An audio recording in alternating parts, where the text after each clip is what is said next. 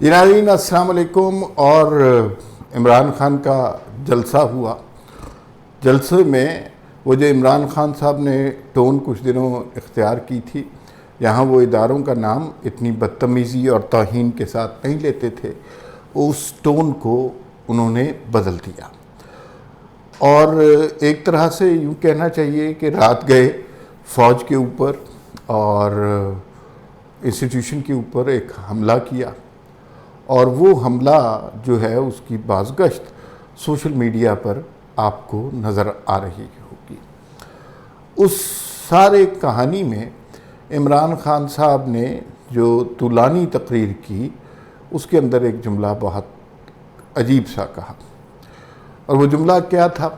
وہ جملہ یہ تھا کہ میں اسٹیبلشمنٹ کی نرسری سے پلا ہوا نہیں ہوں، میں اپنے بزور بازو جو ہے اقتدار میں آیا ہوں۔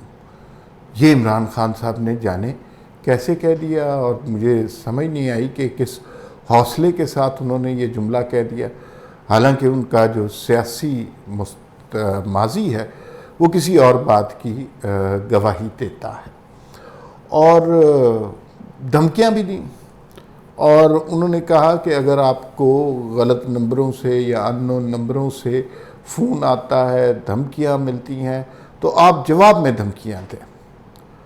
اچھا، ان دونوں باتوں کے حوالے سے اور ان کے تناظر کے حوالے سے بات اس ویلاگ میں ضرور کریں گے، لیکن خبر کا عنصر بھی قائم رہے، تجزیہ اس پہ حاوی نہ ہو جائے، اس لیے ایک خبر آپ کو بتاتے ہیں بڑی مزے کی۔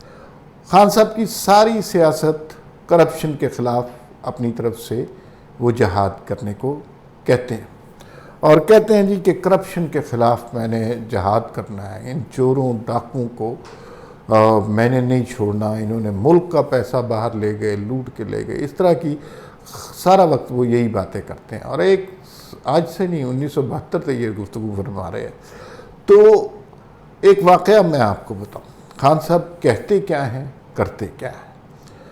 کے پی کے میں ایک بہت اہم شخصیت نے خان صاحب کی توجہ دلائی ان کے ایک سابق وزیر کی کرپشن کے حوالے سے، جس نے کرپشن کا ایسا بازار گرم کیا ہوا ہے کہ اس کے بارے میں عام آدمی تصور بھی نہیں کر سکتا۔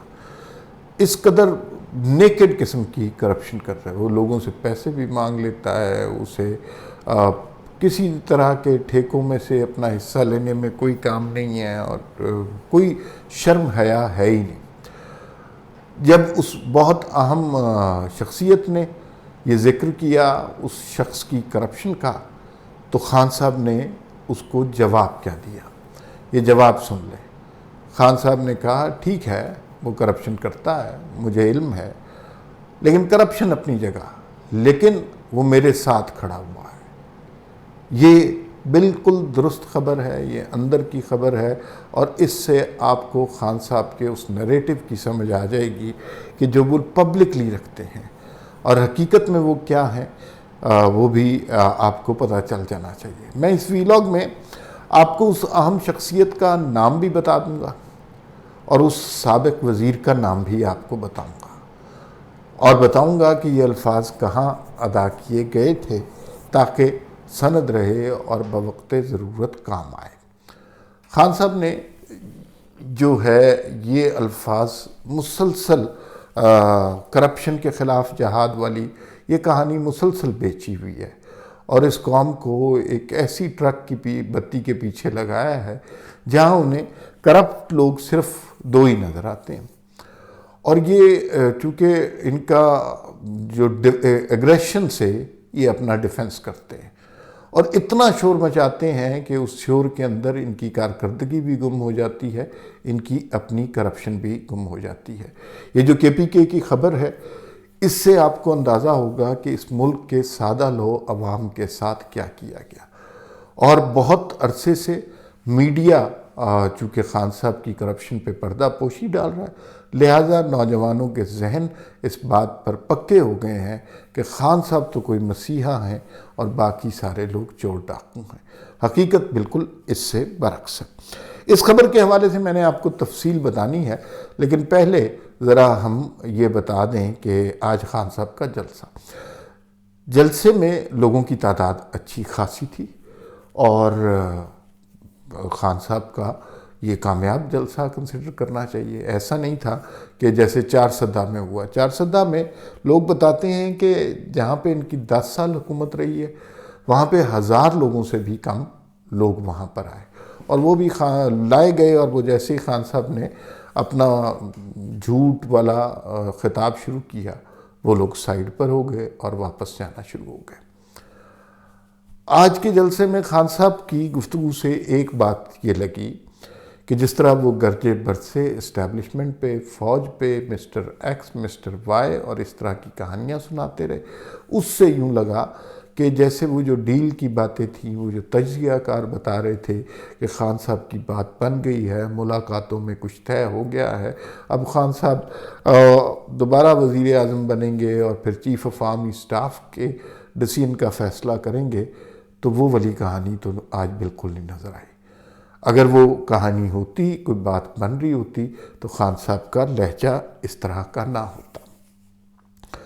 خان صاحب بار بار چیف آف اور D G I S P R کو بھی للکارا انہوں نے، اور للکار کر انہوں نے کہا کہ آپ میری بات کو سمجھے ہی نہیں، اور میں نے یہ تھوڑی کہا تھا، میں نے تو یہ کہا تھا کہ یہ آصف زرداری، نواز شریف یہ میرٹ پہ تعیناتی نہیں کر سکتے، یہ اس قابل ہی نہیں ہے، یہ چور ہیں، ڈاکو ہیں۔ اب یہ بات سمجھ نہیں آ رہی۔ پہلی بات تو یہ ہے کہ 5 بندوں کے نام جاتے ہیں، 5 بندے میں سے کوئی ایک بندہ سلیکٹ ہو جاتا ہے۔ فرض کیجئے یہ فیصلہ آصف زرداری، نواز شریف یا عمران خان کوئی بھی کرتا ہے، وہ 5 بندوں میں سے ایک نام سلیکٹ کرے گا، تو بہت زیادہ مارجن تو ہے ہی نہیں، تو اس میں میرٹ کہاں سے آ گیا؟ تو اگر وہ خان صاحب سلیکٹ کرتے ہیں تو وہ میرٹ ہوگا ان 5 بندوں میں سے، باقی کوئی اور سلیکٹ کرتا ہے ان میں سے کوئی نام تو وہ میرٹ نہیں ہوگا۔ یہ منطق مجھے سمجھ نہیں آئی۔ دوسری بات یہ ہے کہ وہ خان صاحب کا اپنا میرٹ آپ نے دیکھ لیا، کیا تھا؟ خان صاحب کا میرٹ جو تھا وہ یہ تھا کہ وہ جناب عثمان بزدار کو، اور میں آپ کو سچی بتا رہا ہوں، عثمان بزدار کو بولنا نہیں آتا، وزیر اعلیٰ کی پوسٹ وہ ڈیزرو نہیں کرتے، اور 4 سال انہیں وزیر اعلیٰ رکھا، اور اس کی وجہ اب ہمیں سمجھ آتی ہے کہ ایک کمزور آدمی اس لیے درکار ہوتا ہے کہ وہ خاموشی سے، اسی ڈر سے کہ مجھے نوکری سے نہ نکال دیں، وہ اپنی پوسٹ پہ ڈٹا رہتا ہے، سارے غلط کام کرتا رہتا ہے، اور عثمان بزدار صاحب کا یہی رول رہا ہے۔ فرح گوگی عثمان ڈار پر حکومت کرتی رہی ہے، بشرا بی بی اپنی مرضی سے حکومت کرتی رہی ہیں عثمان ڈار پر، شہباز گل جیسے لوگ عثمان بزدار کو ڈانٹ ڈوٹ دیا کرتے تھے اور بالکل ایک ملازم کی طرح ٹریٹ کرتے تھے، اور خان صاحب نے ہمیشہ اس کو وسیم اکرم پلس کہا، اور تمام تر پارٹی کے اختلافات کے باوجود عثمان بزدار کو نہیں نکالا، اور یہ خان صاحب کا میرٹ تھا۔ عثمان بزدار صاحب کے پاس جو فائلیں جاتی تھیں، وہ ظاہر فائلیں انگریزی میں ہوتی تھی، وہ ڈکشنری منگا لیتے تھے، 15 دن ایک فائل پڑھ کے ترجمہ کر کے دیکھتے رہتے تھے، اور ڈیسیژن نہیں ہوتا تھا اس کے باوجود ان سے۔ انہیں کوئی میٹنگ کے دوران یہ کہہ دے کہ وہ بلا رہے ہیں اور ساتھ کندھوں کی طرف اشارہ کر دے، تو میٹنگ چاہے کتنی بھی امپورٹنٹ ہو، وہ چھلانگ مار کے وہاں سے چلے جاتے تھے۔ یہ کیسے وزیر اعلیٰ تھے جو ایک اچھا انٹرویو نہیں دے سکے میڈیا میں؟ ابھی بھی عمران خان کے کسی جلسے سے کوئی خاص خطاب نہیں کر سکے۔ ایک جگہ انہوں نے 1.5 منٹ کا خطاب کیا ہے، اور وہ بھی جانے کس طرح خطاب کر لیا ہے، کن مشکلوں سے وہ گزرے ہوں گے جہاں انہوں نے یہ خطاب کر لیا ہوگا۔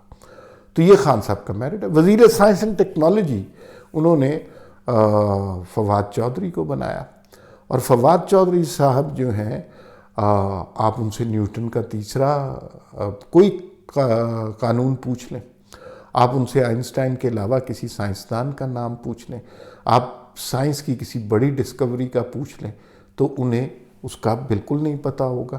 آپ 5ویں جماعت کی جنرل سائنس کی کتاب میں سے کوئی سوال پوچھ لیں تو وہ ان کو نہیں پتہ ہوگا۔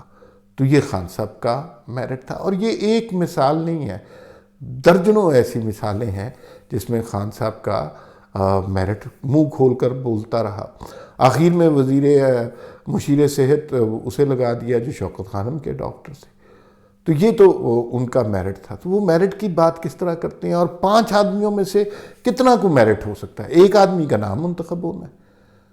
تو یہ جو ہے نا بیسیکلی فوج کو غصہ دلانے والی بات ہے، اور کچھ توہین کرنے والی بات ہے ان جرنیلز کی۔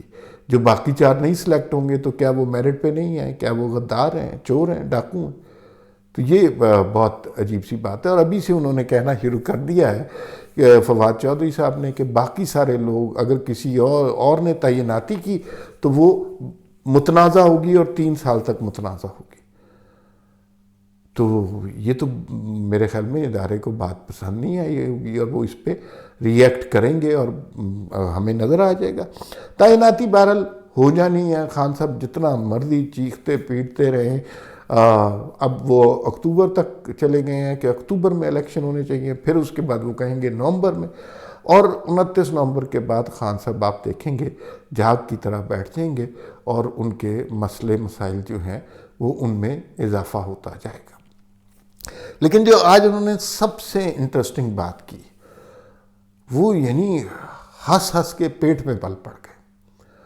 وہ کی تو انہوں نے بڑی سنجیدگی سے، انہوں نے کہا کہ میں دوسروں کے بیساکھیوں پر چڑھ کر سیاستدان نہیں بنا، میں اپنے قدموں پر چل کر اور اپنے زور بازو پر اس ملک کی قیادت میں نے سنبھالی۔ کچھ ایگزیکٹ ورڈ نہیں، لیکن اس طرح کا مطلب یہ تھا کہ خان صاحب جو ہیں وہ اسٹیبلشمنٹ کی پیداوار نہیں ہے، یہ انہوں نے بات کرنے کی کوشش کی۔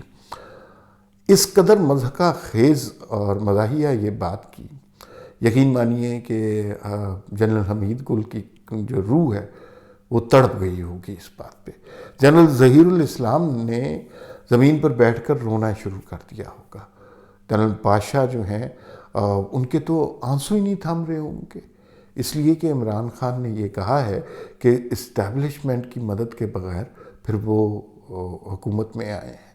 پھر یہی نہیں، جنرل فیض حمید کا سارا کردار ہی ختم ہو گیا، ان کا سارا کنٹریبیوشن، ان کی ساری محنت کو خان صاحب نے پانی میں ملا دیا۔ آج وہ لوگوں نے جنہوں نے میڈیا مینیج کیا، وہ سارے لوگ جو ہیں کیا ان کا کوئی کنٹریبیوشن نہیں تھا؟ تو خان صاحب اپنے محسنوں کو ایک دفعہ پھر بھول گئے، اور انہوں نے کہا جی میں تو اپنے زور بازو پر آیا تھا۔ خان صاحب کی سیاست اپنے زور بازو پہ کبھی نہیں رہی، نہ وہ اپوزیشن میں اپنے زور بازو پہ تھے، نہ حکومت میں اپنے زور بازو پہ تھے۔ وہ سمجھتے تھے کہ فوج ان کی زر خرید غلام ہے، وہ حکم دیں گے تو سینٹ کے ووٹ مینج ہو جائیں گے، وہ حکم دیں گے تو جو جرنلسٹ ان کے خلاف بات کرتے ہیں ان کا تیا پانچا کر دیا جائے گا، وہ حکم دیں گے تو اجلاس میں لوگ حاضر ہو جائیں گے، وہ حکم دیں گے تو اجلاس سے لوگ غائب ہو جائیں گے، وہ حکم دیں گے تو پریزیڈنٹ ہاؤس سے آرڈیننس آنا شروع ہو جائیں گے، اور ایک ایک دن میں 30 جو ہے قوانین پاس ہونا شروع ہو جائیں گے۔ بدقسمتی سے یہی ہوا ہے، اس سے انکار نہیں کرنا چاہیے، لیکن اب خان صاحب ڈیفرنٹ پچ پہ کھڑے ہیں، یہ مختلف گراؤنڈ ہے، اور اب انہیں اس بات کا احساس نہیں ہے، وہ اسی ہوا میں ہیں کہ نہیں معاملات میرے کنٹرول میں ہیں اور میں پریشر ڈالوں گا، اور میرے ساتھ پورے پاکستان کے عوام ہیں۔ ایک تو جو بھی شخص یہ کہتا ہے نا کہ پورے پاکستان کے عوام اس کے ساتھ ہیں، تو وہ بڑے غلط بیانی سے بات کرتا ہے، چاہے وہ پی ڈی ایم کے لوگ ہوں، چاہے عمران خان ہوں۔ کسی ایک شخص سے سارا پاکستان ایگری نہیں کر سکتا، مخالف آوازیں ہمیشہ رہتی ہیں۔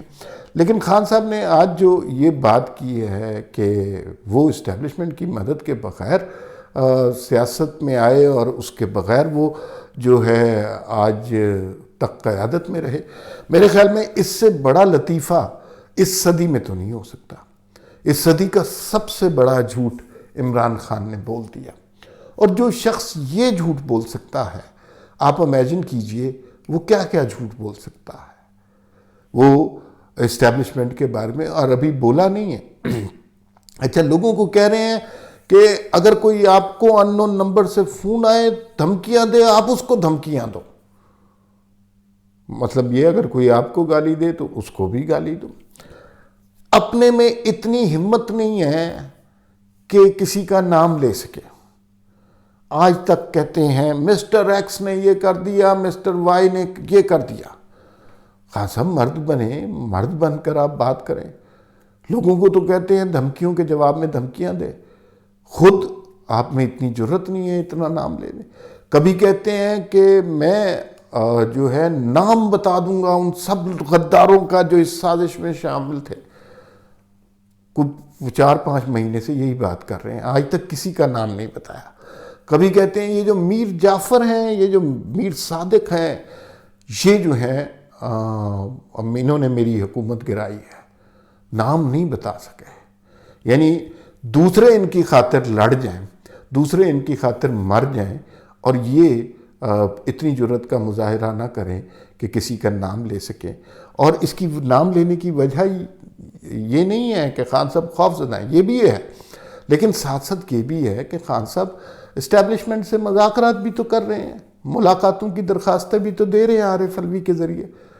تو وہ ایک راستہ کھلا رکھنا چاہتے ہیں۔ لوگوں کو امریکہ کے خلاف جنگ آزادی پہ لگا دیا اور اینٹی اسٹیبلشمنٹ کہانیاں بیچنا شروع کر دیں، اور دوسری جانب خود یہ حال ہے کہ کسی کا نام نہیں لیا۔ اور بہرحال یہ اس سے بڑا لطیفہ نہیں ہو سکتا پاکستان کی سیاست میں۔ اب جو بات کرنی ہے آپ سے کے پی کے معاملات کے حوالے سے۔ کے پی کے میں نے آپ سے کہا تھا کہ میں نام لوں گا۔ کے پی کے میں خان صاحب نے کو ایک بڑی اہم شخصیت نے یہ کہا کہ آپ کے ایک سابق وزیر نے یہاں پر جو ہے کوحرام مچایا ہوا ہے، کرپشن کا کوئی پہلو ہے جو نہیں چھوڑا۔ اسکولوں کی عمارتوں سے لے کر لکڑی کے ٹھیکوں میں، سگریٹ کے معاملات میں، اور پراپرٹی کے معاملات میں، اور منشیات کے معاملات میں کوئی چیز نہیں چھوڑی، اور اس کی شکایت کی، کیونکہ وزیر اعلیٰ نے بہرحال کچھ اپنی پوسٹ کا بھی بھرم رکھنا تھا۔